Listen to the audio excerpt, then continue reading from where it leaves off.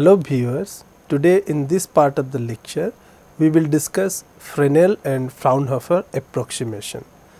The brief outline for today's lecture is we will discuss Huygens Fresnel principles, we will discuss Fresnel diffraction integral, Fresnel approximation, and then in the end we will discuss Fraunhofer approximation.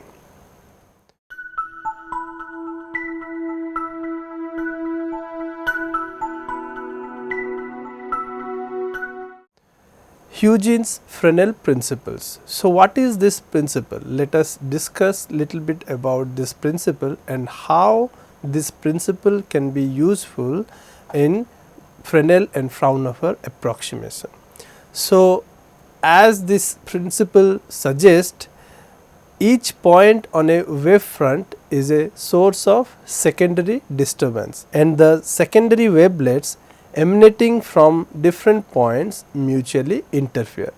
This is what the whole idea of this principle. Now, to understand this concept, let us consider a plane wave incidence on a circular hole of radius a. We know that diffraction divergence will occur and the angular divergence can be represented by the following equation, that is delta theta is nearly equal to lambda by 2a, and if we take a much greater than lambda, then the intensity at point r will be 0, and this point r is a point on the screen S prime as shown in the image in this particular slide, and a, as we discussed, is the size of the aperture in the screen. Now, r will be well within the geometrical shadow of the aperture when the condition of a much greater than lambda is satisfied, where lambda is the wavelength of the incident light.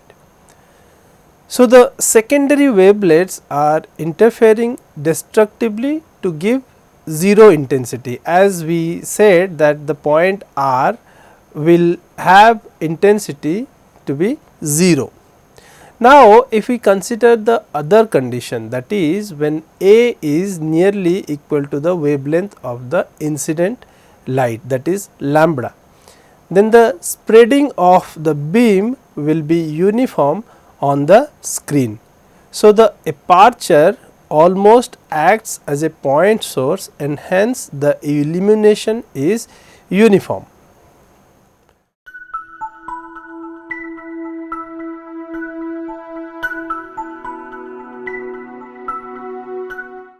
Now, once we know Huygens Fresnel principle, we can go and try to understand the Fresnel and Fraunhofer diffraction integral. So, let us try to understand first Fresnel diffraction integral. Let us consider a plane wave of amplitude a incident normally on an aperture as shown in the figure. Let us calculate the field at point P on the screen S prime at a distance z as shown in the figure.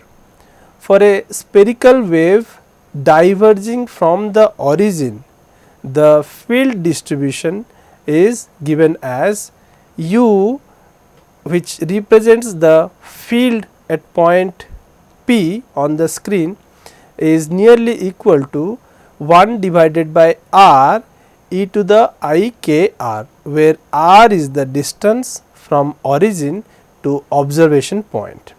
Let us consider an infinitesimally small area d zeta d eta on the surface of the aperture. So, the field due to this area at point P is then given by the following equation, that is a e to the I k r divided by r into d zeta d eta, where r is equal to m p and m p is the distance as shown in the figure. So, the field will then be u as a function of the coordinate of point P is equal to C into double integral of a e to the I k r divided by r into d zeta d eta, where C is the proportionality constant and the integration is over the entire aperture. Now, one can show after calculation that C is equal to minus I k by 2 pi, and that can be further simplified into 1 by I lambda. Thus, the equation for the field will now become u is equal to a by I lambda into double integral of e to the I k r divided by r into d zeta d eta. If the amplitude and phase distribution on the plane z is equal to 0 is given by a, which is a function of zeta and eta, then the above integral will become u is equal to 1 by I lambda into double integral of a as a function of zeta and eta into e to the I k r divided by r into d zeta d eta. Now, we consider two important approximation to find out the field at the point P, and what are the two important approximation that we are talking about? The first one is that the screen does not affect the field at the point, which is true when the aperture is much larger than the wavelength. This is the first approximation which we consider. And the second one is we have represented the field by a scalar function u, which implies that the electric field is same in the same direction everywhere. This is true only when the point O and the observation point P makes a small angle with the axis. So, these are the two important approximation that is there in the background when we try to solve the equation for the field at the point P in the screen.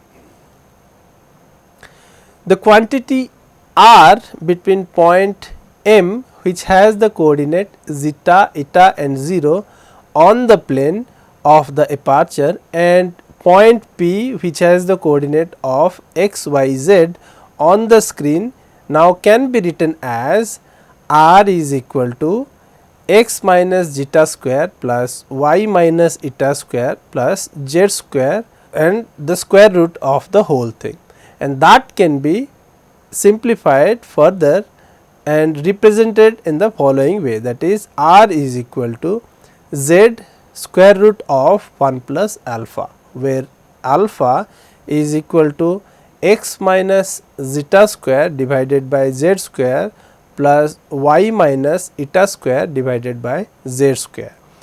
Now, for alpha less than 1, we may write square root of 1 plus alpha is equal to 1 plus 1 by 2 alpha minus 1 by 8 alpha square plus the other higher factors.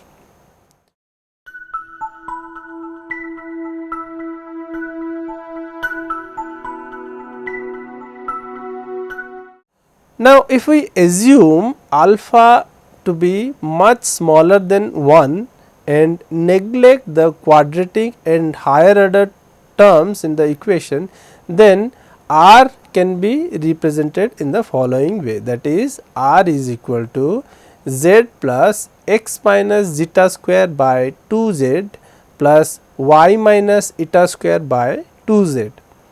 We can replace r by z in the expression for field, so that the field equation will become u as a function of x, y, z will be equal to 1 by I lambda z e to the I k z into the double integral of a as a function of zeta and eta into exponential I k by 2z into x minus eta square plus y minus eta square whole multiplied by d zeta d eta.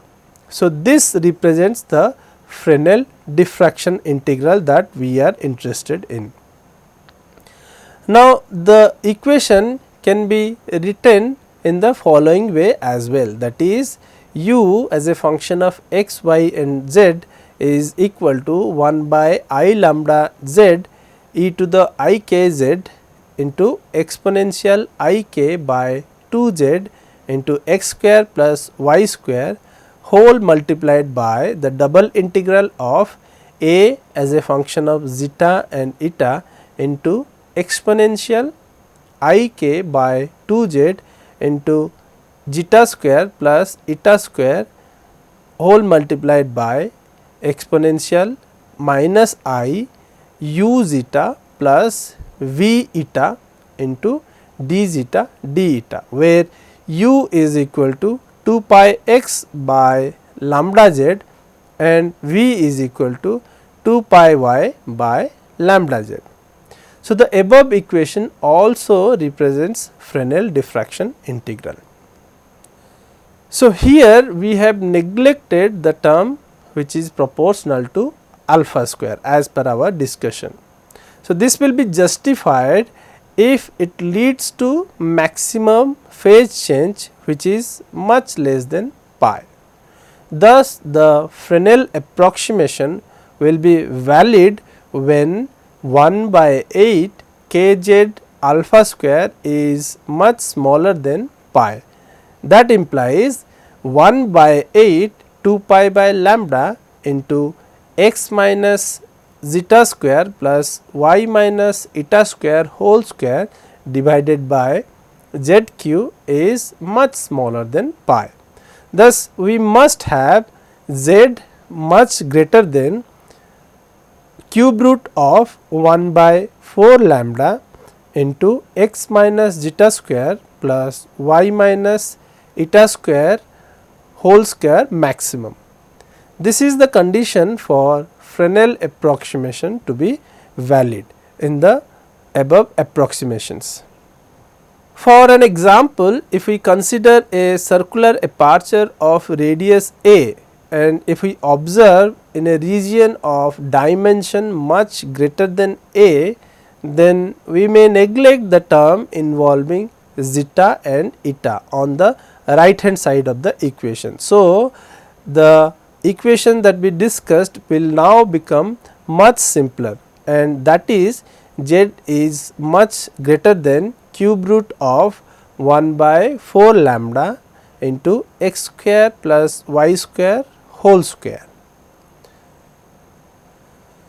For a uniform amplitude and phase distribution, let us consider the absence of any aperture. Thus, on the plane where z is equal to 0, the amplitude which is considered to be a function of zeta and eta now will be equal to a. For all values of zeta and eta, we can write the field equation in the following way, that is u as a function of x, y and z is equal to a by I lambda z into e to the I k z multiplied by the integral minus infinity to plus infinity e to the I k by 2 z into y square dx multiplied with the integral of minus infinity to plus infinity e to the I k by 2 z into y square dy. So, we have separated out the function of x and function of y into two separate integral in the equation for the field that we are interested at the point P on the screen. Now, here x is equal to small x minus zeta and y is equal to small y minus eta. Now, if we use the standard integral that we know in calculus, that is integration of minus infinity to plus infinity of e to the minus alpha x square plus beta x into dx is equal to root over of pi by alpha multiplied with exponential beta square by 4 alpha, then our field equation will be further simpler, and that can be written as u as a function of x, y and z is equal to a by I lambda z into e to the I k z multiplied by pi 2 z divided by minus I k square root into square root of pi 2 z divided by minus I k, or in a simpler form the equation for field will be u as a function of x, y, z is equal to a into e to the I k z, which is an expression for a plane wave. So, in spite of all the approximation that we have made, we ended up getting the correct result, and hence we can say that the value of the proportionality constant that we had considered at the beginning is also correct.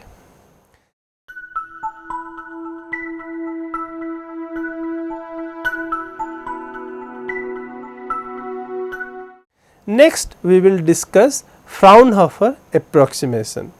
So, for Fraunhofer approximation, we assume z to be so large that inside the integral the function exponential I k by 2 z into zeta square plus eta square can be replaced by unity, or the maximum phase should be much less than pi. Thus, in addition to the condition given earlier, we must have z should be much greater than zeta square plus eta square maximum divided by lambda. This is the condition for the Fraunhofer approximation to be valid. In this expression, the equation for the field takes the following form, that is u as a function of x, y and z is equal to 1 by I lambda z e to the I k z into exponential I k by 2 z into x square plus y square into double integral of a as a function of zeta and eta into exponential minus I u zeta plus v eta into d zeta and d eta, which is the Fraunhofer diffraction integral.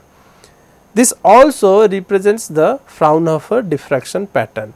Thus, we get a very important information about Fraunhofer diffraction, that is the Fraunhofer diffraction is a Fourier transform of the aperture function.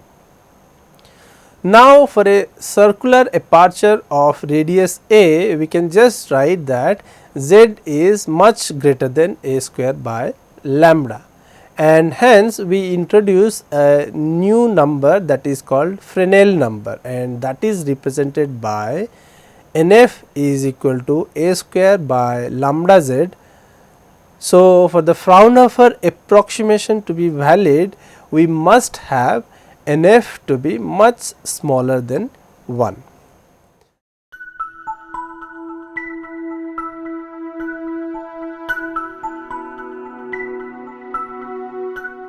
So, in the end, what we discussed in today's lecture can be concluded in the following few important points.